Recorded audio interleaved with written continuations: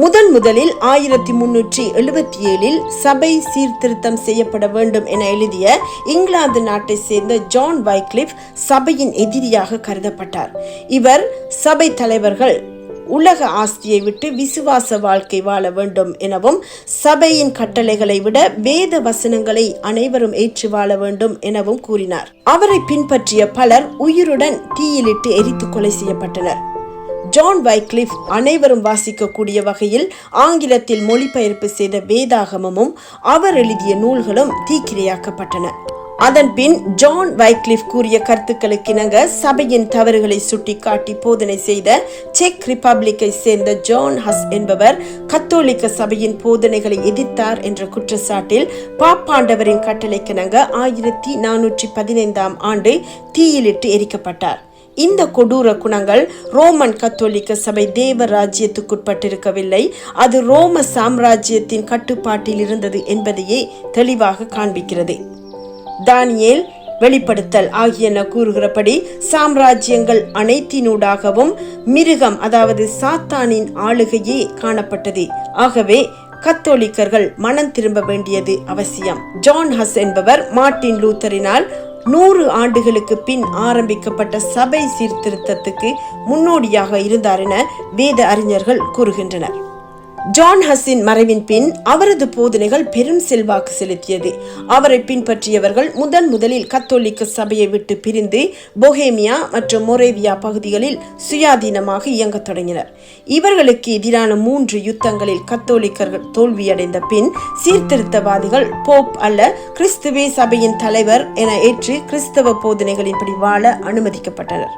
இவர்கள் பரகுவே நாட்டில் சொந்த மொழியில் வேத வாசிப்புடன் பாடல்கள் பாடி தேவனை ஆராதித்து வளர தொடங்கினர். ஆனால் 1618 முதல் 1648 வரை இவர்களுக்கு எதிரான யுத்தத்தில் பலர் கொலை செய்யப்பட்டனர். வேறு பலர் கட்டாயமாக கத்தோலிக்கர்களாக மதமாற்றம் செய்யப்பட்டனர். ஒரு சிலர் வேறு நாடுகளுக்கு புலம்பெயர்ந்தனர்.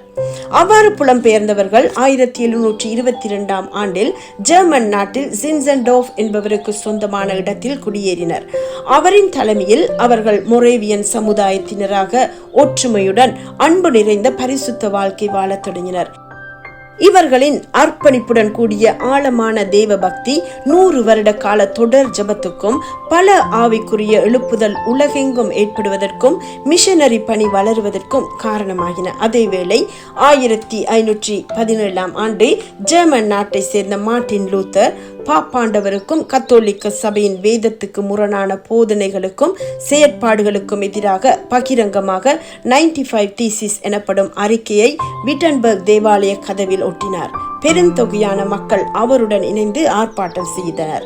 கத்தோலிக்க சபை இதனை கடுமையாக எதிர்த்து ரோம அடக்குமுறையை கையாண்டு பலரை கொலை செய்தனர். இருப்பினும் இந்த போராட்டம் ஐரோப்பா முழுவதும் வேகமாக பரவியது.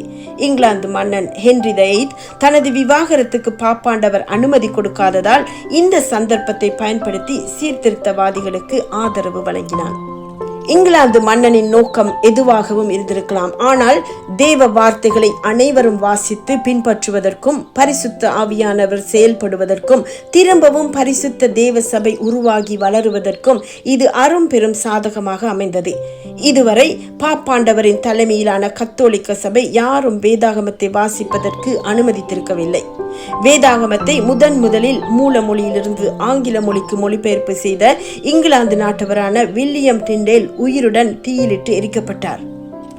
இதன் பின் பாப்பாண்டவரின் தலைமைத்துவத்தை புறக்கணித்து புரொட்டஸ்டன்ட் எனப்பட்ட கிறிஸ்தவர்களுக்கு தலைமை பீடமாக 1534 ஆண்டில் சர்ச் ஆஃப் இங்கிலாந்து நிறுவப்பட்டது.